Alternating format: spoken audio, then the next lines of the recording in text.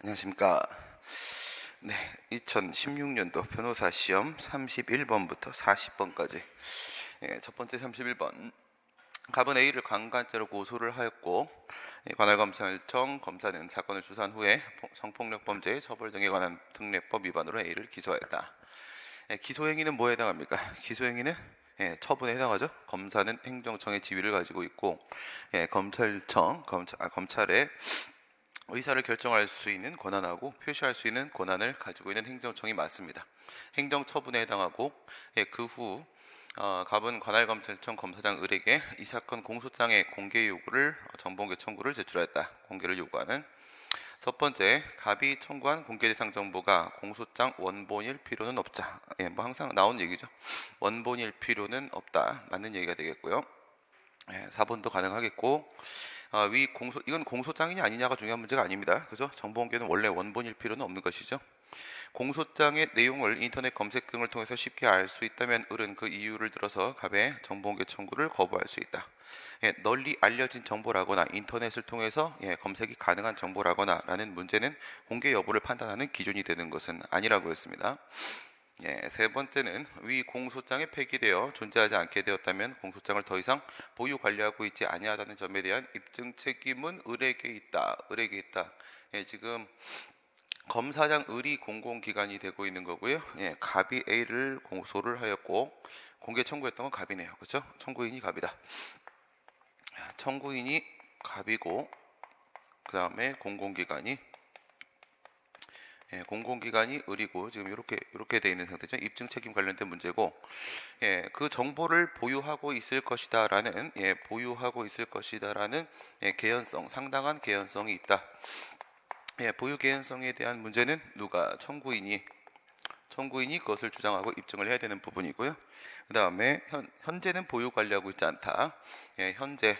전에는 있었지만 현재 보유하고 있지 않다라는 것은 공공기관이 주장 입증을 해야 되는 문제가 되는 것이고, 세 번째, 비공개 대상 정보, 비공개 사유에 해당을 한다. 그것이 비공개 대상 정보에 해당을 한다라는 사실, 이 사실은 피고 쪽의 공공기관 쪽에서 주장 입증을 해야 되는 문제고, 그런데 비공개 대상 정보는 맞는데 알 권리가 더 크다, 재량의 하자가 있다는 얘기죠. 이 경량에서 알 권리가 더 크다라는 것은 청구인 쪽에서 주장하고 입증을 해야 된다. 주장 입증 책임에 대한 문제는 요 4개만 기억하시면 됩니다. 정보 공개와 관련돼서. 네 번째, 을이 갑의 정보공개 청구를 거부한 경우에 갑은 공공기관의 정보공개관한 법률에 따른 이의 신청 절차를 거치지 않고 행정심판을 청구할 수 있다. 이렇게 되어 있는데, 정보공개법 제18조, 19조, 20조 이렇게 되어 있고, 18조가 이의 신청이죠. 비공개 결정이 나왔다라거나 정보공개 청구를 한 다음에 20일이 지날 때까지 아무런 응답을 하지 않으면 30일 이내에 이의 신청을 할 수가 있고, 그 다음에 두 번째 행정심판이죠. 행정심판은 행정심판법에 따라서 20조 행정소송이죠. 행정소송은 행정소송법에 따라서 제기를 하면 되는 것인데, 임의적이고 임의적이죠. 임의적이고 임의적이다. 이 신청을 거친 다음에 그리고 행정심판으로 반드시 이렇게 신청을 거쳐야 되는 것인가, 그 다음에 행정심판을 거쳐야만 행정소송을 제기할 수가 있는 것인가, 이렇게 가게 되면 이 부분도 임의적이죠. 거치지 않고 심판 청구할 수가 있고, 그 다음에 이 부분도 임의적이죠. 거치지 않고 소송을 제기할 수가 있는데, 이 부분 같은 경우에는요 19조 2항에 별도 규정이 있죠. 별도 규정이 있고, 얘 같은 경우에는 별도 규정이 없다라는 것은 필요적 전심 절차에 대한 별도 규정이 없다, 이거죠. 없다. 행정소송법 제18조 1항 단서에 있는 다른 법률에 거쳐야 된다라고 되어 있으면 그러하지 아니하다, 필요주의를 얘기하는 겁니다. 그 다음에 32번입니다. 지방자치단체의 조례 쪽인데, 이건 강론인데 강론 중에서요, 이 부분은 총론하고 겹치는 부분이죠. 요거 하나 보시면 되고, 이것도 총론하고 겹치는 부분이고요. 세 번째는 강론입니다. 세 번째는 안 풀어도 되고, 헌법 117조 1항과 지방자치법 22조에 의하면 지방자치단체는 법령의 범위 안에서, 이렇게 되어 있습니다. 법령의 범위 안에서라는 것은요, 법령에 위반되지 않는, 위반되지 않는 범위 안에서, 그러니까 이 말은 법률 우위 원칙을 얘기하는 거죠. 법률 우위 원칙. 상위법에 위반되지 않는 범위 내에서 그 사무에 대해서 조례를 정할 수 있다. 그 사무에 대해서 조례를 정할 수 있고, 그 조례는 22조에서 얘기하는 것은 자치조례죠. 자치조례. 위임조례가 아니라 이것은 자치조례입니다. 그 사무란 지방자치법에서 규정하는 지방자치단체의 자치사무하고 자치사무 하나 포함이 되는 것이고, 그 다음에 법령에 의하여라는 것은요, 권한 위임을 하는 데 있어서 행정권한 법정주의를 말하는 겁니다. 행정권한 법정주의, 헌법 제96조에 있는 행정권한 법정주의 말하는 것이고요. 지방자치단체에 속하는 단체 위임 사무 여기까지죠. 단체 위임 사무 여기까지가 그 사무에 해당을 하는 거고, 국가사무나 지방자치단체 장에게 국가사무가 지방자치단체 장에게 위임된 기관위임 사무는 아니다, 이렇게 되는 거죠.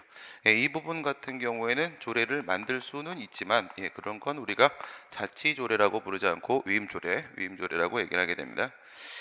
지방자치법, 요 내용은 어디 나와 있어요? 요 내용, 그 사무가 어디 있다, 무엇을 의미하는 것이다 라는 것은 지방자치법 구조 1항에 보면 지방자치단체의 사무라는 것은 자치사무하고 단체위임 사무다. 조 내용이 구조 1항에 그대로 나와 있습니다. 지방자치법 제22조 단서에 따라서 지금 얘기한 것은 22조 본문이고요. 여기까지 얘기했던 건 본문, 여기서 말한 건 본문이 되는 것이고, 단서 들어가시게 되면 단서에 따라 주민의 권리 제한 의무 부과에 관한 사항, 이 부분이죠. 권리 제한 의무 부과 문제 정확히 나왔네요. 벌칙조례 지금 빠져 있습니다. 벌칙조례 비교하셔야 되겠죠. 벌칙조례는 포괄적 위임 금지 원칙이 그대로 적용됩니다. 얘는 구체적인 위임이 반드시 필요한 거고, 권리 제한 의무 부과 조례 이 부분이 이제 포괄적 위임이 허용되는 겁니다. 조례 위임하는 경우에 위임입법의 한계에 관한 75조, 헌법 제75조는요, 이건 시행령에 대한 규정, 대통령령 말하는 것이고, 여기서 포괄적 위임 금지 원칙에 대한 규정을 두고 있죠. 법률에 의한 개별적이고 구체적인 수건이 필요하다가 아니라 얘 같은 경우에는 포괄 위임이 가능하다 이거죠. 포괄적 위임이 가능하다. 포괄 위임이 가능하다. 그 얘기는 법률유보 원칙 얘기하는 것이고요. 법률유보 원칙이 완화 적용된다. 이렇게 보는 이유는 지방의회 의원 같은 경우에는요, 그 지역의 범위 내에서 뭘 가지고 있다? 민주적 정당성을 가지고 있다. 이렇게 정리하시면 되죠. 그 다음 문제는 지방자치단체장이 네. 요 얘기는 강론 문제긴 한데, 지방자치단체장이 지방의회가 재의결한 조례안이 법령에 위반된다는 이유로 지금 여기서 지방자치단체장 얘가 지금 누가 되고 있냐면 원고가 이렇게 되고 있는 겁니다. 지방의회가 재의결을 하였다. 재의결을 하였다라고 하게 되면 과반수의 3분의 2죠. 과반수의 3분의 2. 그러면 재의결 정족수.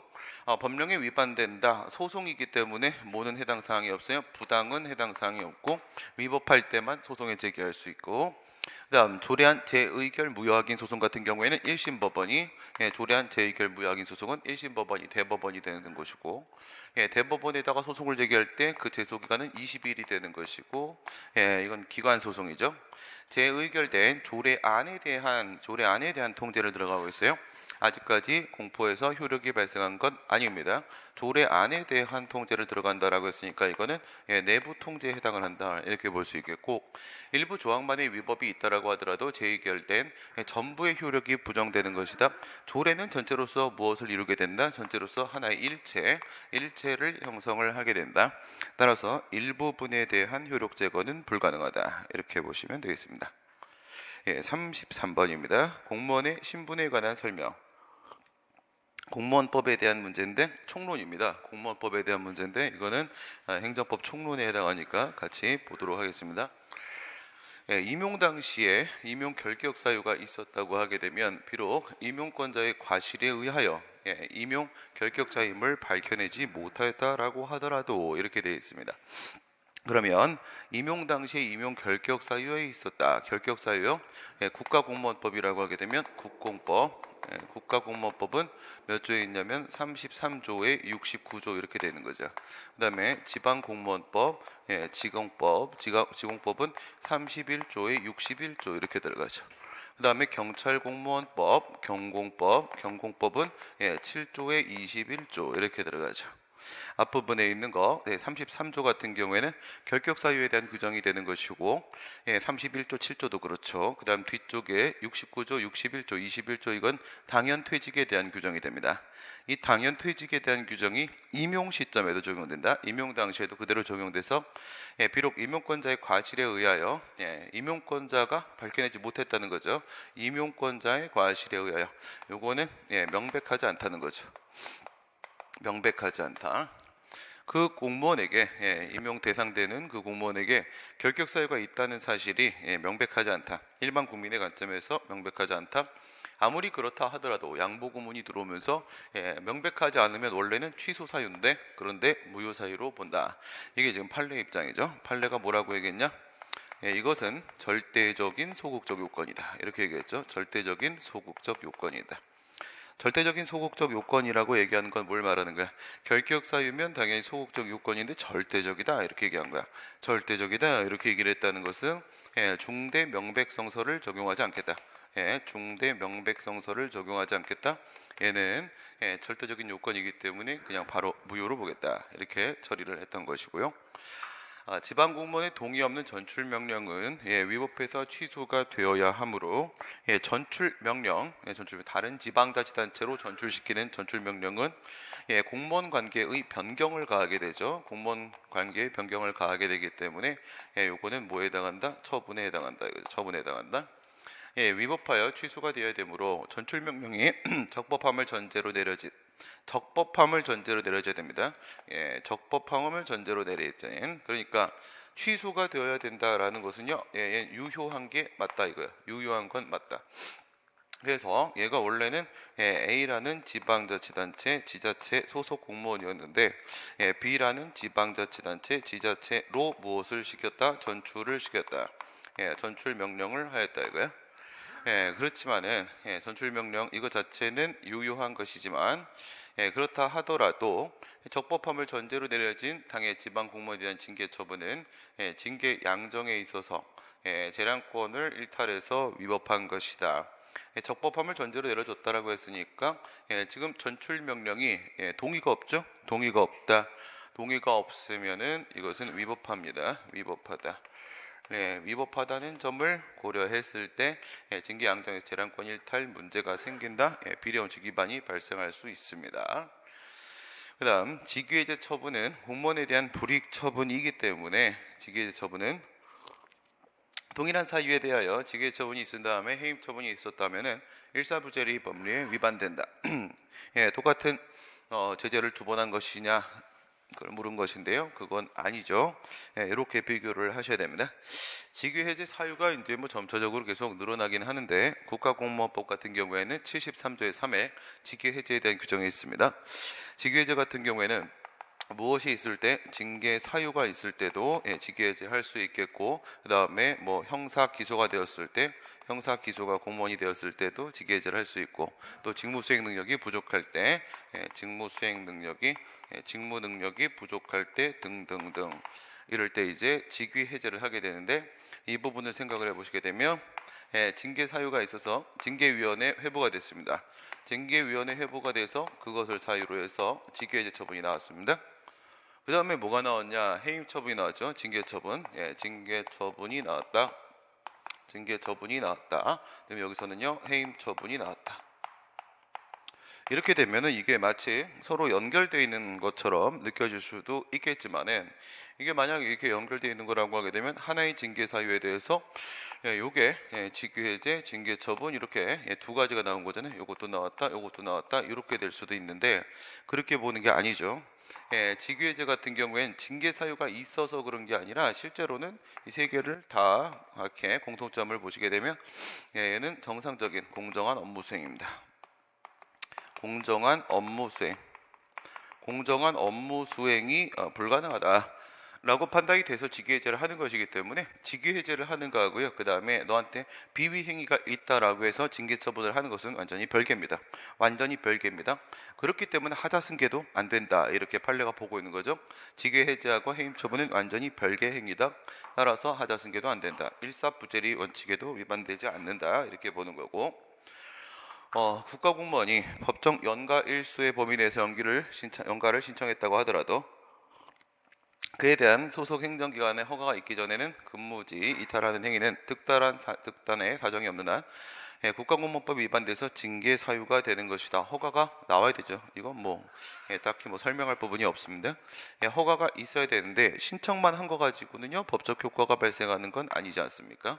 허가가 나와야 되는데 허가가 안 나왔으니까 이제 연가 난 받았다라고 해서 근무지 이탈을 하는 것은 허용될 수가 없는 거죠. 행정규칙에 의한 불문경고 조치는 이렇게 들어가는데 이거는 무슨 말이에요? 행정규칙에 근거하고 있다. 얘는 지방자치단체 지침에 근거를 두고 있었죠. 함양군 공무원 불문경고 사건. 법률상의 징계처분은 아니지만 징계처분은 파면, 해임, 강등, 정직, 감봉, 견책 이렇게 들어가는 거고, 여기서부터 파면, 해임, 강등, 정직 여기까지가 중징계가 되고 감봉, 견책 요게 경징계가 되고 이렇게 되죠. 근데 요 이제 그 다음 단계에 있는 게 요게 이제 경고죠. 요게 경고입니다. 경고를 하게 되는데 경고의 법적 성질은 원래는 뭐에 해당한다? 얘는요 행정지도죠. 행정지도다. 얘는 행정지도에 해당을 한다는 거야. 그러면 얘는 원칙적으로 처분이 아닌 거죠. 여기서 조심해야 될 것은 이게 불문경고의 문자는 물을 문자죠. 더 이상 잘못을 묻지 않겠다. 하지만 이것은 문서로 하는 겁니다. 문서로 하는 서면 경고죠. 서면 경고. 더 이상 묻지 않겠다라고 했지만 서면 경고로 반드시 나가고요. 이건 행정지도기 때문에 비권력 적사 실행이니까 원칙적으로 처분이 아니긴 한데, 이로 인하여 차후에 다른 징계 처분이나 경고를 받게 될 경우에 징계 감경 사유로 될 수 있었던 표창 공적의 사용 가능성이 소멸되는 등 효과가 있으며 항고성의 대상이 되는 행정처분에 해당한다. 여기서 왜 이렇게 넘어가는지를 봐야 되겠죠. 함양군 공무원 같은 경우 원래 얘가 견책 대상이었죠. 그런데 경고로 이렇게 바뀌었죠. 이렇게 해서 감경된 이유가 뭐냐 이거야. 감경된 이유가 견책이라는 징계처분에서 경고라는 것으로 행정지도로 감경이 된 이유가 바로 뭐냐면 표창 공적이 있기 때문이었었죠. 표창 공적이 있기 때문이었는데 향후에 표창 공적을 1년 동안 받을 수 없다라고 되어 있으니까 그러니까 이거는 권리 의무에 영향을 미치는 것으로 볼 수가 있다. 처분으로 볼 수 있다. 우리가 알고 있는 형식적 행정입니다. 형식적 행정이 국가배상 책임에 관한 설명 중에 옳지 않은 것은 국가가 초법규적 1차적으로 위헌배제에 나서지 아니하면, 여기서 얘기하는 게 바로 판례가 말했던 위헌배제 자기의무입니다. 위헌배제 자기의무. 위헌배제에 나서지 아니하면 이런 상황이 발생한다면 그럴 때는 조리법상 위헌배제 자기의무가 자기의무가 인정이 된다 이겁니다. 위헌배제에 나서지 않으면 국민의 생명, 신체, 재산 등을 보호할 수 없는 경우에는 그것을 이것을 본래적 사명으로 하는, 원래 이 부분이 포함되어 있죠. 이것을 본래적 사명으로 하는 국가로서는 그 위험을 배제할 공무원의 자기 의무가 인정이 된다. 자기 의무, 조리법상 의무가 인정된다. 그러한 자기 의무는 국가배상법 2조 1항의 법령 위반에 해당한다. 자기 의무의 위반 무슨 말이에요? 부작이죠. 위법한 부작에 따른 손해배상 얘기하는 거고, 이 부분에서 지금 판례가 원래 했던 말은 무엇이냐? 형식적 의미의 법령에 근거가 없어도 된다. 이런 얘기를 했죠. 형식적 의미의 법령에 근거가 없어도 된다. 라고 얘기를 했습니다. 그래서 이건 불문법으로서 조리법으로부터 도출되는 자기의무다. 이 판례가 바로 대표적인, 사실은 이거밖에 없죠. 이게 이제 대표적인 재량의 영으로의 수축 판례죠. 재량의 영으로의 수축. 그래서 조리상 재량의 영으로 수축, 재량이 조리법상 안전확보 자기 의무, 위험 배제 자기 의무를 매개로 해서 영으로 수축했다라고 얘기를 했던 것이고요.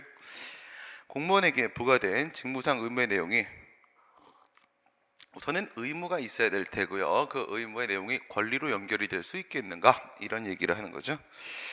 예, 그래서 국가 쪽에 부과된 의무입니다. 국가 쪽에 부과된 의무가 개인적 공권, 이것이 권리로, 공권이죠. 공법상 권리로 이렇게 넘어갈 수 있겠는가? 넘어가려면 뭐가 인정돼야 돼요? 사익보상이 인정돼야 된다. 이 얘기를 하는 겁니다. 의무가 권리로 연결되기 위해서는 사익보상이 인정돼야 된다. 공무원에게 직무상 의무의 내용이 단순히 공공 일반의 이익을 위한 것이라거나 그래서 이 부분과 관련돼서 하는 얘기가 첫 번째 그것이 단순히 내부 질서 유지만을 목적으로 하는 것이어서는 안 되는 것이고 무엇을 이익을 보호하는 취지가 인정돼야 된다. 이익을 보호하는 취지가 인정돼야 되는데 그런데 그것이 단순히 공공 일반 공익만을 보호하는 목적이라면 안 되는 것이고 그것이 개인의 이익, 사익을 보호하는 취지가 인정이 되어야 된다. 이렇게 돼야지만 공법상 권리가 성립이 될 수 있는 거고 이렇게 되는 경우에 인정될 수가 없다. 지금 그 말을 하고 있는 겁니다. 단순히 공공 일반의 이익을 위한 것이라거나 행정청 내부의 질서를 규율하기 위한 것이라면 공무원의 그와 같은 직무상의 의무 위반에 대해서는 국가배상 책임이 성립하지 않는다. 법관의 재판에 법령 규정을 따르지 아니하는 잘못이 이거 항상 나오는 얘기죠. 오늘 문제는 상당히 중요한 문제들 중심으로 하면서도 상당히 무난하게 출제가 되고 있습니다. 법령 위반입니다. 법령 위반 즉 위법성과 관련돼서 누구를 얘기하려고 하는 거냐면 입법부입니다. 입법부하고 사법부죠. 입법부하고 사법부의 행위, 입법부라고 하게 되면 입법작용, 사법부라고 하게 되면 재판작용 얘기하는 겁니다.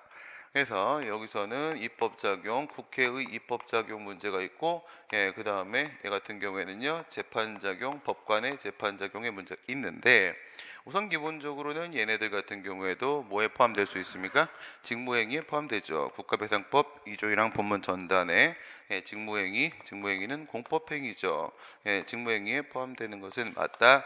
그래서 이제 논의가 시작이 되는 것이고 시작을 해서 예외적인 상황 이거 두 개 잡았던 거잖아요. 두 개 이렇게 잡아보시게 되면 첫 번째 국회의 입법작용 국회의 입법작용에 있어서 위법성이 인정될 수 있겠는가? 그 다음 두 번째 법관이죠. 법관의 재판작용 재판작용에 있어서 과연 위법성이 인정될 수가 있겠는가? 이렇게 보시게 되면요 얘는요 자귀 입법 자귀 문제가 있을 수 있고 부작위 입법 부작위 문제가 있을 수 있고 얘는 법원의 문제가 있을 수 있고 그 다음 두 번째 헌법재판소 얘는 헌재의 문제가 있을 수 있고 이렇게 정리가 되겠죠. 예를 들어가게 되면 이거는 헌법에 명백히 위반했을 때 헌법 위반이 명백할 때 예외적으로 인정될 수가 있고 부작위라고 하게 되면 헌법에서 구체적인 입법 의무를 부과하고 있는데도 불구하고 부작위했을 때 위법성 인정될 수 있고 그 다음 법원 여기는요 일반 법원 쪽이라고 하게 되면 법원의 경우에는요 목적의 정당성이죠. 부당한 목적의 정당성이 깨졌을 때 부당한 목적으로 재판을 했을 때는 위법성이 인정될 수가 있겠고 헌법재판소는 인정을 한다. 인정을 하는 이유는요. 얘 같은 경우에는요. 얘는 신급 절차, 시정 절차가 마련되어 있기 때문인 거고 얘 같은 경우에는 별도의 헌법재판소는 상급 법원이 없죠. 시정 절차가 없기 때문이다. 이렇게 정리하면 끝나시겠고 헌법재판소 여기까지죠. 법관의 재판에 법령의 규정에 따르지 아니한 잘못이 있다고 하더라도 법관의 재판 판결이 위법한 경우라고 하더라도 이로써 국가배상법 2조 1항에 있는 법령 위반이 바로 인정되는 건 아니고 국가배상 책임이 성립하기 위해서는 당해 법관이 위법 또는 부당한 목적의 정당성이 깨져야 된다. 재판을 하는 등 법관이 그에게 부여된 권한의 취지를 명백히 어긋나게 이를 행사할 때 그럴 때 예외적으로 인정될 수 있고 헌법재판소 재판관이 헌법소원심판 청구기한을 잘못 산정해서 각하했을 때는 본안을 받아도 어차피 기각될 것이다 라고 하더라도 배상 책임이 인정될 수 있다죠. 있다. 얘는 뭐가 없기 때문에 시정 절차가 없기 때문에 그래서 이거는 정신적 손해에 따른 위자료를 인정했던 사건입니다. 그대로 또 연결되고요. 국회의원의 입법행위는 그 입법 내용이 헌법 문헌에 적은 입법 작위 이렇게 들어가게 되면 헌법에 명백히 위반될 때 그 위법성이 인정될 수 있다. 국회가 굳이 당의 입법을 한 것과 같이 특수한 경우가 아닌 이상은 원칙적으로는 위법성을 인정하지 않는다라는 얘기입니다. 그 다음에 35번입니다. 취소에 대한 다음과 같은 판결의 주문이 있다. 이러한 판결에 관한 설명 중에 모두 옳은 것을 모두 고르라. 원고의 청구를 기각한다 했습니다. 원고의 청구를 기각한다. 그런데 지금 여기를 보시게 되면요. 얘는 우리가 알고 있는 일반 기각의 상황이 아니죠. 이거는 무슨 기각이다? 이거는 예외적 기각 판결, 예외 기각의 상황에 해당을 하겠죠. 다만 피고는 판결문 잘 보세요. 판결문 이렇게 쓰는 겁니다. 판결 주문 쓸 때 인용 판결을 할 때는 소장의 청구 취지 부분을 그대로 복사해서 붙이는데 기각 판결을 할 때는 그냥 기각한다. 이건 공통적이에요. 모든 판결문에서 기각한다 이렇게 그냥 쓰시는 거고. 근데 이제 이게 지금 우리 행정소송법 28조에 보시게 되면 사정 판결을 할 때는 아무리 기각을 한다고 할지라도 기각한다고 안 쓸 수는 없겠지만은 위법하다는 것을 명시하라라고 했죠. 2015년도 3월 3일 원고에 대해서 했던 땡땡이 처분은 위법하다라고 명시해야 됩니다. 명시해야 돼서 이렇게 명시를 했습니다. 이 명시 부분은 뭐랑 관련된 문제예요? 뭐랑 관련된다? 기판력과 관련된 문제죠. 판결 주문이니까 기판력은 객관적 범위 판결 주문에 미치는 거죠. 판결 이외에는 안 미치죠. 그래서 기판력을 고려한다고 하게 되면 판결 주문에다가 위법성을 명시할 수밖에 없는 겁니다.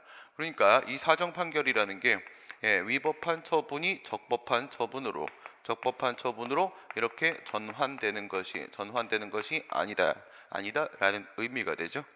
그 다음에 소송 비용 같은 경우에 누구의 부담으로 하는 것이다. 요거는 32조입니다. 행정소송법 32조에 보게 되면 예외적인 비용 부담에 대한 비용 부담에 대한 규정을 두고 있는데 3개 포함되어 있죠. 3개 포함되어 있는 게 하나가 이제 사정 판결을 했을 때가 있겠고 소송 도중에 피고가 처분을 취소했을 때가 있겠고 소송 도중에 피고가 처분을 변경했을 때가 있겠고 이렇게 3개가 있습니다. 그 중에 지금은 사정 판결 이 부분을 지금 얘기를 하고 있는 거죠. 위 판결은 취소에서만 허용되고 무효하기소에서 인정되지 않는다. 사정 판결의 요건 들어가시고 요건 들어가게 되면 위취공 이렇게 들어가죠. 위취공 위 같은 경우에는 처분이 위법해야 된다. 그 얘기고요. 처분이 위법해야 된다. 그 다음에 취는 취소 사유여야 한다. 그 다음에 공은 공공복리가 인정이 돼야 된다. 이렇게 들어가는 건데 그 중에 취소 사유여야 한다. 이 부분을 말하는 겁니다. 우리 판례에 따르게 되면 무효인 처분, 무효등 확인 소송의 목적물이라고 하게 되면 무효인 행정행위죠. 무효인 처분은 존치시킬 효력이 없는 행정행위이기 때문에 사정 판결의 대상이 될 수가 없다. 그렇게 말을 하고 있습니다. 사정 판결의 대상이 될 수 없다. 이유는 이 부분 생각해 보시게 되면 이 부분은요. 사정 판결의 목적이 뭐냐? 사정 판결은요. 공공복리를 유지하기 위해서 처분의 효력을 유지하는 겁니다. 효력 유지가 목적인 거고 그렇기 때문에 사정 판결을 무효인 처분에 대해서 하면 법원이 새로운 처분을 판결의 형식으로 발령한 결과 권력분리 원칙에 반할 수밖에 없고요. 원고는 피고 행정청이 속하는 국가나 공공단체를 상대로 해서 손해배상의 청구를 당해 이게 중심이죠. 간접적인 구제수단입니다. 간접적인 구제수단, 부대적인 구제수단, 대상 규정 뭐라고 상관없는데 직접적인 구제로서 취소 판결은 못 해주더라도 간접적인 구제로서 손해배상 등은 해주어야지 사정 판결이 가능할 수 있습니다. 취소송이 계속된 법원에 병합하여 제기할 수 있다. 그렇습니다. 병합해 제기할 수가 있고요. 그래서 사전 통지를 해준다고 했습니다. 사정 조사를 해가지고 사정 조사를 한다. 사전에 사정 판결하기 전에 사전에 사정 조사를 하고요. 사정 조사를 하고 이거를 바탕으로 해서 사전 통지를 해주고 이 사전 통지를 해주면서 병합을 하라고 병합 청구를 하라고 알려주게 되는 겁니다. 알려주게 되는 겁니다. 여기서 이제 사정 조사하는 게 뭐야? 이게 손해배상 등이 가능한지 이걸 보는 거죠. 손해배상 등 다른 구제 방법이 있는지 이걸 판단을 내려보는 겁니다. 법원이 가능할 때만 그럴 때만 사정 판결이 가능하다고 했습니다. 소송의 비용은 패소자 부담이 원칙이다. 물론이죠. 패소자 부담이 원칙이긴 합니다. 그렇게 지게 되면은 기각을 했기 때문에 원고가 패소한 거죠. 원고 패소입니다. 기각은 원고 패소 판결이죠. 판결 주문에 그 괄호 안에 들어갈 것은요. 누구의 부담으로 하는 것이다. 3번에 괄호 안에 들어가는 부분은 공은 뭐야 이거. 그래서 괄호는 원고이다. 원고이다. 그게 아니죠. 32조 요거 얘기하는 거죠. 32조. 예외적인 소송 비용 부담 규정 요럴 때는 피고가 부담한다. 이거죠. 처분이 위법한 거기 때문에 피고가 잘못한 게 확실합니다. 우리 어머니가 확실합니다. 그렇죠? 그래서 이거는 피고 잘못한 거니까 피고 쪽에서 부담을 하는 거고요. 위 판결 주문에서 땡땡이 처분의 위법 여부에 대한 판단은 이거 얘기하고 있는 거네요. 이쪽에 있는 처분, 처분이 위법한지에 대한 문제는 언제를 기준으로 한다? 처분시를 기준으로 하는 게 맞죠. 위법성 판단 기준시. 그 다음에 이 공공복리라는 것은 처분 이후에 발생한 사정 변경이 반영되는 경우가 대체로이죠. 처분 이후의 사유를 고려하는 거기 때문에 이 공공복리가 존재하는지 문제는 사정 판결의 필요성 부분은 요거는 판결시를 기준으로 하는 거죠. 청구 기각 판결해야 될 공공복리의 적합성 판단 시점은 사실심 변론 종결시 판결시가 되는 게 맞습니다. 위 판결은 기각 판결의 일종이므로 원고는 상소를 할 수가 없지만 피고는 상소할 수 있다. 이건 완전히 잘못된 얘기죠. 둘 다 상소합니다. 둘 다 불복합니다. 둘 다 불복을 한다. 이거 왜 불복을 하는 거냐? 사정 판결이 뭔지를 생각해 보시면 되는 거죠. 사정 판결. 사정 판결은 지금 위법하다고 판결 주문에다가 명시를 했습니다. 이거죠. 위법한데 기각하는 겁니다. 위법한데 기각한다. 위법한데 기각하는 게 요게 바로 사정 판결이죠. 그러면 그 처분이 위법하다고 인정을 했다. 이 부분에 대해서는 피고가 불복해서 상소하는 것이고 기각을 한다. 이 부분에 대해서는 원고가 불복해서 상소를 제기하게 되는 것이고 그렇기 때문에 원고 같은 경우에는 위법하니까 취소 판결을 내려달라고 주장할 테고 피고 같은 경우에는 적법해서 기각을 해야 되는 것이라고 주장을 하게 될 테고 양쪽 다 상소를 제기를 하게 될 것입니다. 36번입니다.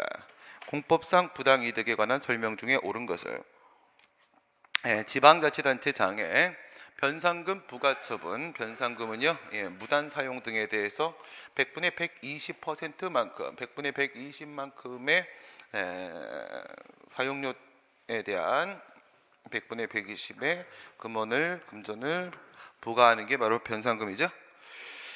취소 사유가 있는 경우 부가처분이 나왔습니다. 뭐 변상금이든 뭐 아니면 세금이든 보험료든 뭐 다 상관없습니다. 취소 사유였습니다. 있는 경우에 이 처분에 의하여 납부자가 납부하거나 징수당한 오납금에 대한 부당이득 반환 청구권은 변상금 부가처분의 취소 여부와 상관없이 납부 또는 징수 시에 발생해서 바로 확정이 되는 것이다. 그건 아니죠. 이 부가처분이 무효사유라고 하게 되면 이게 만약에 무효사유라고 하게 되면 이 말이 맞습니다. 무효사유라고 하게 되면 지금은요 과오납부 금원반환 청구 얘기하는 겁니다. 위법이라는 전제 깔았습니다. 과오납부 금원반환 청구 사건입니다. 금원반환 청구 사건 부가처분은 위법이라는 전제를 깔아놓고 들어가고 있고요. 위법입니다. 이렇게 했을 때 이게 만약 무효사유라고 하게 되면 그 돈을 납부함과 동시에 이겁니다. 납부를 했다만 안 했다면 여기서 납부를 했다. 그 다음에 납부를 하지 않았다. 이렇게 했는데 그런데 이제 과오납이 지금 발생한 상태니까요. 이거는 납부시입니다. 납부시에 바로 성립이 되는 것이고 부당이득이 이때는요 징수시에 징수 시에 바로 그 부당이득이 성립이 되는 겁니다. 그러나 이건 뭐라고요? 무효사유죠. 무효사유. 취소사유라고 했기 때문에 취소사유는요 처분의 효력이 아직 있지요. 효력이 아직 있기 때문에 그 금원의 법률상 원인은 처분의 효력이 되고 있는 거니까요. 처분의 효력이 되고 있는 것이니까 얘는요 법률상 원인 이시 이런 이시 법률상 원인 이시 부당 이득이 아니다죠. 환급 가산금에 대한 내용 이겁니다. 환급 환급이라고 하게 되면요 이 환급은 법의 근거에서 환급 의무가 바로 인정되는 거죠. 환급 청구권도 바로 인정되는 거죠. 별도의 무엇이 필요한 게 아니라고 했어요. 환급 결정을 요구하는 게 아니다라는 거죠. 환급 가산금 내용에 대한 세법상의 규정은 부당이득 반환 범위에 관한 민법 규정에 대한 특칙이기 때문에 이것도 이제 부당이득과 관련된 가산금 쪽 얘기를 하는 건데요. 성질을 가지기 때문에 환급 가산금은 수익자인 국가의 선의 악의를 불문하고 국가가 알았냐 몰랐느냐와 상관없이 각각의 세법 규정에서 정한 대로 그대로 확정이 되는 것이다. 환급금도 마찬가지고요.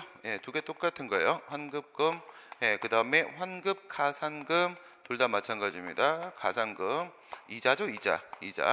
환급금도요 그대로 확정되는 것이고 환급 가산금도 세법에 따라서 그대로 확정되는 게 맞습니다. 그대로 확정되는 게 맞습니다. 그러니까 환급 결정 같은 거는 방금 말씀드린 대로 필요가 없다는 얘기죠. 필요 없습니다. 바로 부당이득 성립이 되는 것이니까 돌려줘야 되는 것이고 그 다음에 가산금도 같이 줘야 되는 것입니다. 줘야 되는 것이고요. 이건 이제 위하고 비교하시게 되면 무슨 차이가 있어요? 얘 같은 경우에는요. 얘는 부가처분은 적법 요겁니다. 위에는 위법이었더라면 얘는 부가처분은 적법한데 초과납부죠. 초과납부 1,000만 원 부과했는데 내가 실수로 2,000만 원 냈다 이런 상황입니다. 초과납부했을 때 얘기를 하는 거고요. 국세 과원납금의 환급 여부에 관한 과세관청의 결정은 방금 얘기 나왔는데 항고소의 대상이 되는 처분이 아니므로 그렇죠? 환급 결정 필요 없습니다.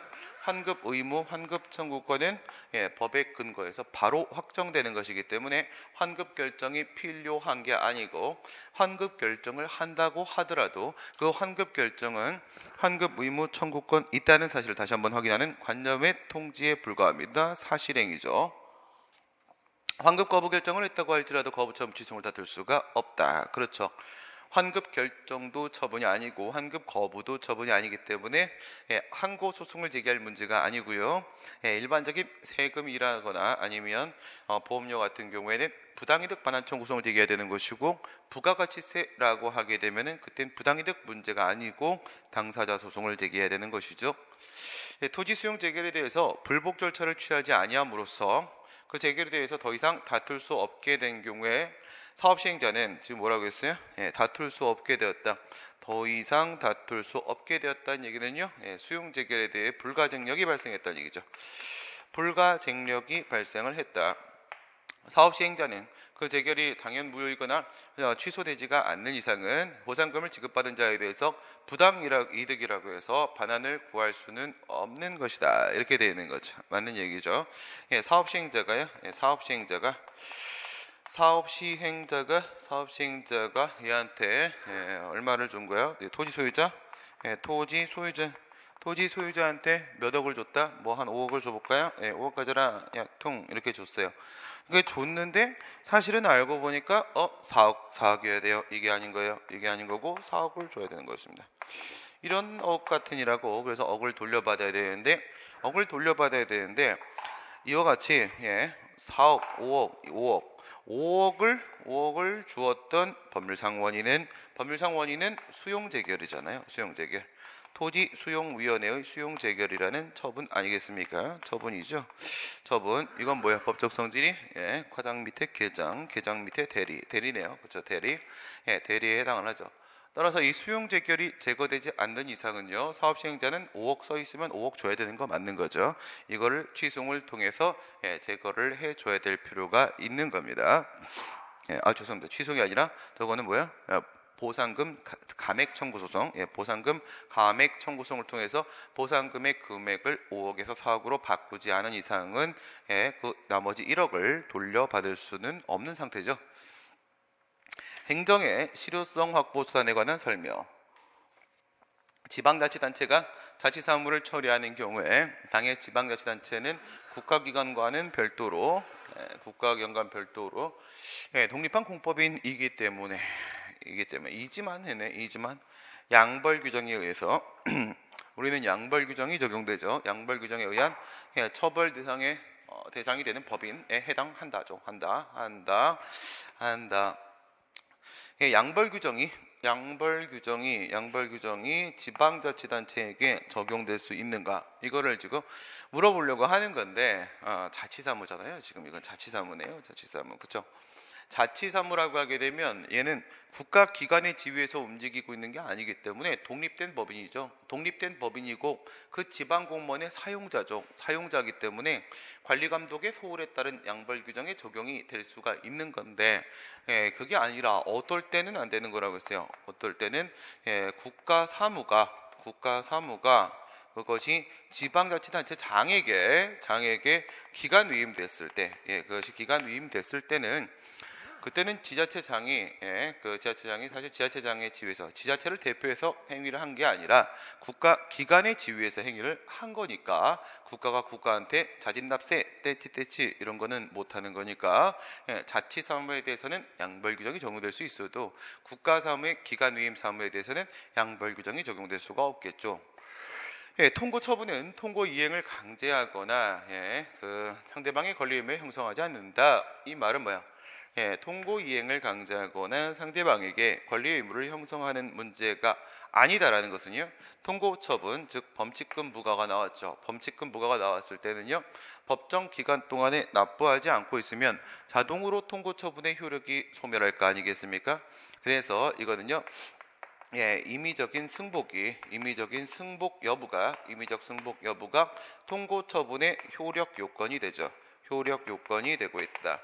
임의적 승복 여부에 따라서 그 효력 여부가 결정이 되는 것이므로 그렇기 때문에 상대방한테 어떤 의무를 부과하는 것이다. 범칙금 납부 의무를 부과하는 것이다 라고 보기 힘들다는 겁니다.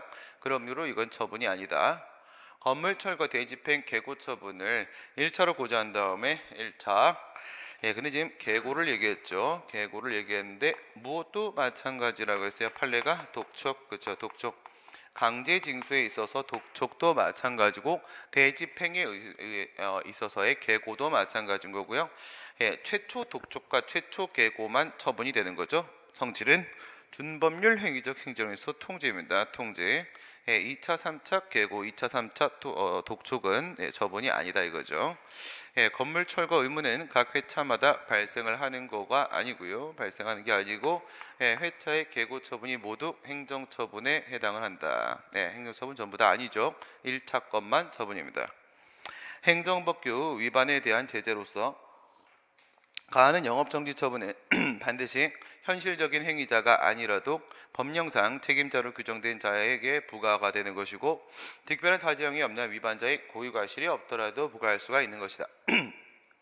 현실적인 행위자는요. 직접적인 위반자 얘기죠. 직접적인 위반 행위를 한 사람. 종업원 얘기하는 겁니다. 종업원. 직접적인 위반 행위를 한 종업원이 아니라고 할지라도 법령상 책임자, 사용자 쪽 얘기하는 거죠. 양벌 규정입니다. 양벌 규정 위에 나온 거 사용자, 법인도 포함될 수 있고 개인도 포함될 수 있고요. 사용자에 대해서 제재처분 들어갈 수 있습니다. 그리고 우리 행정법에서 얘기하는 제재처분이라는 것은 고의과실 요구하지 않습니다. 고의과실 요구하지 없더라도가 맞죠. 없더라도가 맞습니다. 이거는 객관적 책임입니다. 객관적인 책임입니다. 객관적 책임이기 때문에 고의과실과 같은 주관적 요건, 주관적 요소를 포함하지 않습니다. 경찰처분 얘기하는 거죠. 뭐만 비교하시면 돼요. 뭐만 조심하라고 해서 행정벌 쪽입니다. 행정벌. 행정벌로서 행정형벌, 질서벌은 고의과실 요구하고 나머지는 없습니다. 행정대집행의 대상이 되는 대체적인 자기 의무는 공법상 의무하고 이때 자기 의무는 행정처분뿐만 아니라 법령에 의해서 직접 부과될 수도 있다. 이거는요 행정대집행법 2조 1항에 2조죠. 여기 1항이 아니라 이건 2조에 이렇게 또 규정되어 있죠. 법에 의해서 그대로 규정되어 있습니다. 직접 부과된 의무를 불이행할 때도 그게 공법상 의무이고 대체적 자기 의무라면 대집행 가능하다라고 되어 있습니다. 네, 그 다음 문제 보시면 38번입니다. 38번. 예, 갑은 공동주택 및 근린생활시설을 건축하는 내용의 주택건설 사업계획 승인, 주택건설 사업계획 승인, 행정법에서 사업 이렇게 들어갑니다. 아파트 짓는 거죠. 아파트 짓는 거, 아파트는 연대 응원가입니다. 예, 주택건설 사업 이렇게 공공사업 들어오게 되면요. 공공사업 들어가면 계획 승인, 예, 승인은 특허, 예, 신청 쌍방적 행정행위니까 신청권 인정되고요. 행정청 을은 거부 처분을 하였다.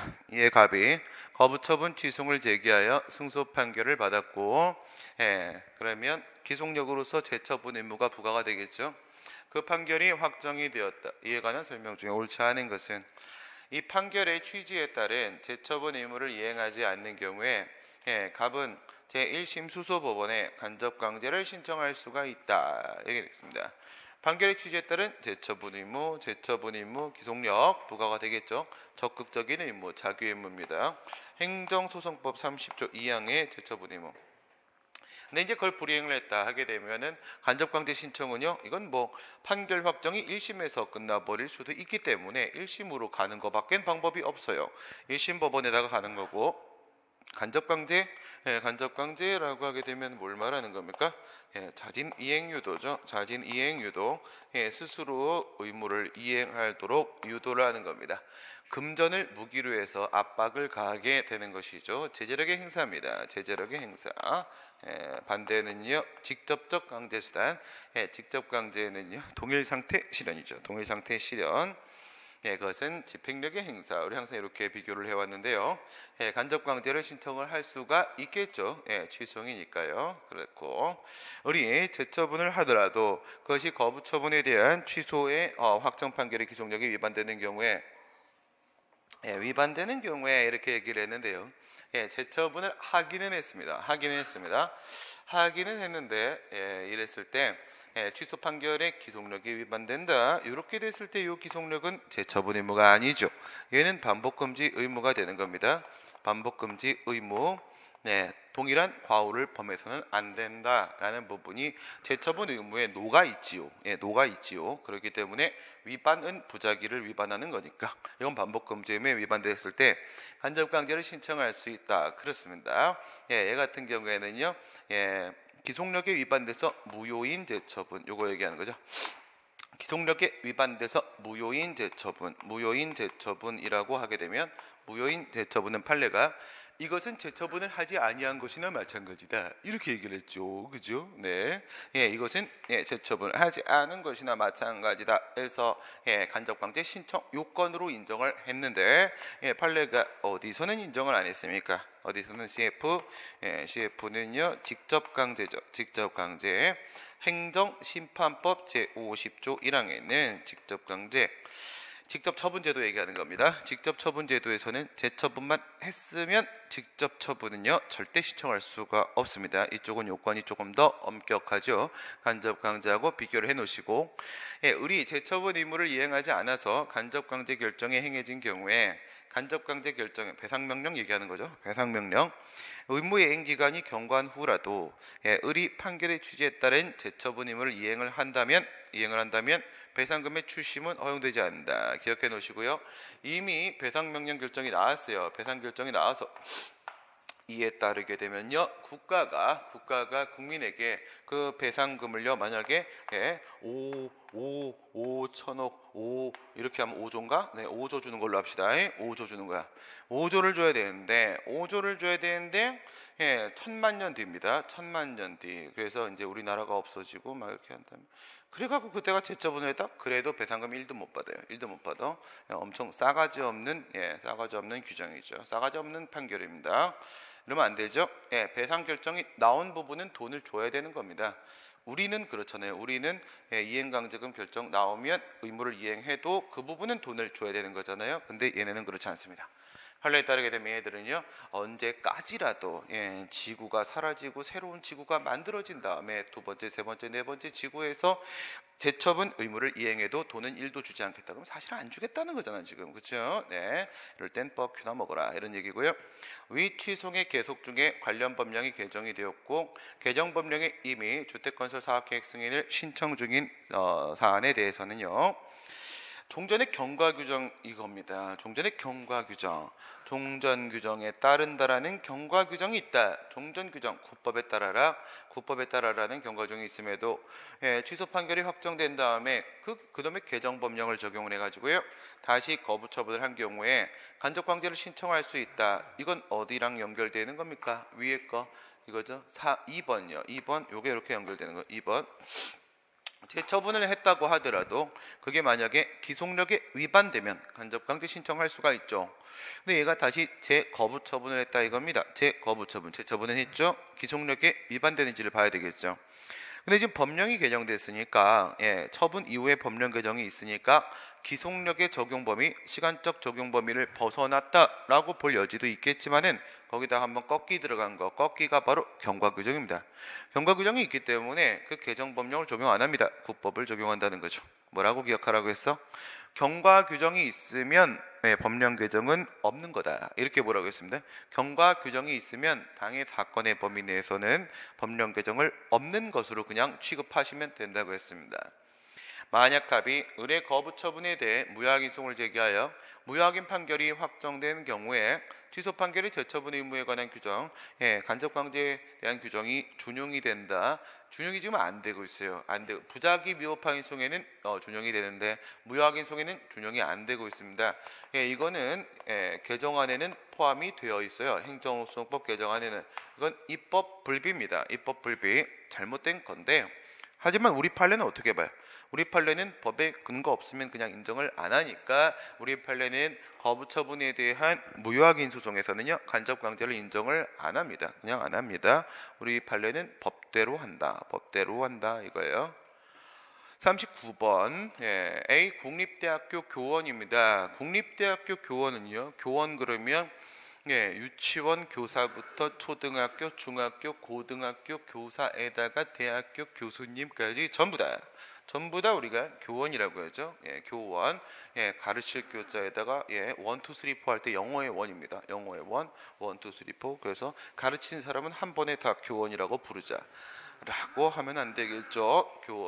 교원인데 대학교 총장으로부터 해임 처분을 받았습니다. 안타까운 현실이군요. 이렇게 했을 때 국립, 그냥 국공립 이렇게 갈까? 국공립입니다. 국공립학교. 국공립학교 교원이 있을 수가 있겠고 그 다음에 사립학교. 사립학교 교원이 이렇게 있을 수 있습니다. 무슨 원? 교원, 가르치는 1, 2, 3, 4. 이렇게 했을 때 해임 처분이 나왔습니다. 해임 처분이 나왔다. 해임 처분, 지위부터 볼까? 지위. 지위. 얘는요, 지위가 대령입니까? 소령입니까? 얘는 공무원이죠. 공무원. 교육 공무원이고요. 얘는 교육 공무원이 아니죠. 공무원이 아닙니다. 얘는 그냥 근로자죠. 그냥 근로자. 사립학교 법인이라는 회사 다니는 회사 직원입니다. 회사 직원. 그리고 나서 이제 여기서 해임 처분 나왔죠. 해임 처분이 이렇게 나왔습니다. 해임이 나오게 되면 얘는 행정처분. 얘는 행정처분이 맞고 얘 같은 경우에는 행정처분이 아닙니다. 얘는 행정청의 행위도 아니고요. 행정청의 행위도 아니고 공법행위도 아니죠. 사립학교의 장이 행정청인 것도 아닌 것이고 그것이 공법행위도 아니고 이거는 사법행위죠. 사법관계에서의 행위입니다. 공법행위도 아니죠. 교원지의 향상을 위한 특별법. 지금은요, 교원지의 향상 및 교육활동 보호를 위한 특별법입니다. 그렇죠? 교원지법, 교원지의 향상 및 교육활동 보호를 위한 특별법. 교원소청심사위원회에 소청심사를 청구하였다. 청구나 한번 해볼까요? 소청심사나 심심한데 한번 청구해 봅시다. 소청심사, 심사를 청구해 봅니다. 얘는 뭐에 해당한다? 얘는 행정심판이 맞다. 그렇죠? 처분에 대한 거니까. 얘는 행정심판이 맞습니다. 얘는 행정심판이 아니다라는 거죠. 행정심판이 아니다. 그 얘기는요. 위에 같은 경우에는 얘는 항고심판이죠. 항고심판. 밑에는요. 이건 당사자 심판이잖아요. 당사자 심판. 이거는 우리가 알고 있는 일반적인 행정심판이 아니죠. 행정심판법에서는 항고심판만 인정하고 있습니다. 교원소청심사위원회에 소청심사를 청구하는데 동청구는 기각됐네요. 안타까운 현실입니다. 그래서 이 소청심사위원회의 결정, 교소위라고 그냥 쓸까요? 교소위의 결정입니다. 결정 이렇게 들어가게 되면요. 이 친구는 누구고 이 친구는 누구냐? 얘는 재결처분이지요. 얘는 재결처분이고 얘는 행정처분이지요. 재결이 아닙니다. 행정처분입니다. 그래서 위에 있는 친구 같은 경우에는요, 이 친구는 우리 행정심판의 재결입니다. 행정심판의 재결. 여기에 해당을 할 것이고요. 밑에 같은 경우에는요, 여기도 심리의결을 거치기 때문에 처분으로서의 재결이라고 하죠. 처분으로서의 재결. 그러면 실질은요, 실질은 얜 재결이고 넌 처분이다. 넌 처분이다. 이렇게 되는 거죠. 그래가지고 소송을 제기하려고 합니다. 교원소청심사위원회 결정은 행정심판의 재결의 형식과 성격과 맞고요. 이거는 확인이죠. 확인. 근데 이건 말입니다. 이거는 둘 다 확인이죠. 둘 다 다툼이 있는, 다투고 있습니다. 사람이 왜 다툴까요? 그건 잘 모르겠는데. 확인입니다. 다툼이 있는 법률관계에 대한, 사실관계에 대한 다툼, 확인입니다. 준법률 행정이. 소청심사 결정의 취소를 구하는 소송을 제기하는 경우에는 교원소청심사위원회를 피고로 하여야 한다. 이렇게 되어 있는데요. 피고 누굽니까? 피고. 저렇게 제기하는 경우에는 이렇게 되는데요. 소송 한번 가봅시다. 소송도 가면 되는 거죠. 어디라고 못 가겠니? 그쵸? 행정소송을 가봅시다. 이렇게 되면요. 여기는 뭐도 있고 뭐도 있나요? 여긴 뭐도 있고 뭐도 있나요? 나도 있고 너도 있죠. 그죠? 여긴 처분도 하나 있고 여긴 재결도 하나 있고 이렇게 있습니다. 밑에는 뭐밖에 없나요? 처분밖에 없습니다. 처분밖에 없습니다. 이렇게 들어가게 되면 말입니다. 그러면 말이지요. 소가 아닙니다. 이렇게 들어가면 얘 같은 경우에는 처분 취소 소송도 제기할 수가 있고요. 얘는 재결 취소 소송도 제기할 수가 있겠죠. 둘 다 있고요. 밑에 같은 경우에는요. 얘는 처분 취소 소송밖에는 없습니다. 처분 취소. 그럼 찾아볼까요? 교소위의 결정에 대한 소송은 뭘 말하는 거겠습니까? 교소위의 결정에 대한 소송은 요 친구지요. 요 친구고요. 그 다음에 요 친구지요. 요 친구지요. 요 친구가 바로 교원소청심사위원회 교소위 결정에 대한 소송이 되는 겁니다. 결정에 대한 소송이 되는 거고 물론 말입니다. 물론 요 재결 취소 소송은요. 재결에 고유한 위법이 있을 때 제기하는 거겠죠. 행정소송법 19조 단서에 있는 원처분 중심주의를 얘기하는 겁니다. 그러면 피고는 누굽니까? 요거 해야 되는데 또 안 하고 왔네. 아이고 힘들어라. 해봅시다. 이렇게 들어가 봅시다. 이렇게 들어가시게 되면 넌 피고가 누구니? 너는 피고가 누구니? 너는 피고가 누구니? 그걸 몰라서 묻니? 이건 말입니다. 얘는 누구예요? 얘는 처분 취소송이니까 처분청을 상대로 해서 소송을 제기를 해야 되겠지요. 얘는 피고입니다. 피고는 누구냐? 얘는 재결 취소송이니까 재결청을 상대로 해서 소송을 제기해야 되고요. 얘는 처분청을 상대로 해서 소송을 제기해야 되겠네요. 그런데 여기서 지금 나오는 게 바로 무엇이냐? 얘네가 바로 얘네가 교소위입니다. 얘가 교원 소청 심사위원회. 이게 지금 비거가 되는 거예요. 얘는요 대학의 짱, 대학의 짱입니다. 짱 이렇게 되는 거겠지요. 그다음에 소정심사위원회 결정의 취소를 가한 소송에서 원처분인 이건 국공립학교입니다. 그죠? 총장의 해임 처분의 하자를 주장할 수는 없다. 그러니까 지금 여기서는 이제 저길로 보게 되면 뭡니까? 재결 취소이죠. 재결 취소에서 원처분의 하자를 주장할 수 있으려면 뭐가 적용돼야 돼? 재결주의가 적용돼야 됩니다. 이거 좋은 문제입니다. 이거 좋은 문제입니다. 재결주의가 적용되느냐? 아니라는 거야. 이걸 왜 질문을 한 거냐면 교원지휘법 제10조 3항입니다. 10조 3항에 보면 뭐라고 돼 있냐? 교소위의 결정에 대해서만 소송을 제기할 수 있다. 이렇게 돼 있단 말이야. 그러면 문헌상으로는 재결주의가 맞습니다. 재결주의가 아닌 게 아닙니다. 재결주의가 맞아요. 재결주의가 맞는데 문헌상으로 물리에서 그대로 하면 분명히 재결주의예요. 근데 문제는 뭐냐면 이 친구 때문에 그래요. 이 친구 때문에 교소위 제도에 사립학교 교원이 포함돼 버리기 때문에 분명히 교소위 결정에 대해서만 소송을 제기할 수 있다. 이것만 생각하면 확실히 재결주의입니다. 확실히 저희 어머니가 맞습니다. 근데 사립학교 이게 포함돼 버리게 되면 그러면 이건 재결주의가 아니죠. 원처분 중심주의가 적용됩니다. 여기에 또 10조 3항 이게 아니라 이거에도 불구하고 원처분 중심주의가 적용되니까 재결 취소에서 원처분 하자 주장 못한다 이거죠. 고유한 위법만 주장할 수 있다 이거죠. 소청심사위원회 결정의 취소를 구한 소송을 통해 교소위 기각 결정에 사실오인이나 재량의 일탈남용이 있다고 주장하는 경우에 고유한 위법이다 아니지요. 내용이잖아요. 지금 사실오인 재량의 하자 이런 거 재결인데 내용의 하자입니다. 무슨 재결요? 기각 재결의 내용의 하자라고 하게 되면 원칙적으로는 어떻다? 원칙적으로는 고유한 위법은 없다 이거죠. 고유한 위법은 없다. 그 다음에 예외적으로 어떤 경우가 있을 수 있냐? 사정 재결일 때나 아니면 추가적인 불이익이 발생을 했다라거나 아니면 처분사의 추가 변경, 처추변에 위반된다라거나 아니면 직권심리, 행정심판법 39조의 직권심리주의에 위반된다라거나 이런 예외 4개입니다. 이런 예외 4개. 기각재결은 원칙적으로 고의법이 없습니다. 그런데 저런 사정재결, 추가적 불이익, 처분사의 추가 변경, 직권심리에 대한 언급 없으니까 고유한 위법 없는 겁니다. 없는 거고요. 다음 문제입니다. 마지막 문제. 끝났습니다. 40번은 강론입니다. 오늘 여기까지 하도록 하겠습니다. 수고하셨습니다.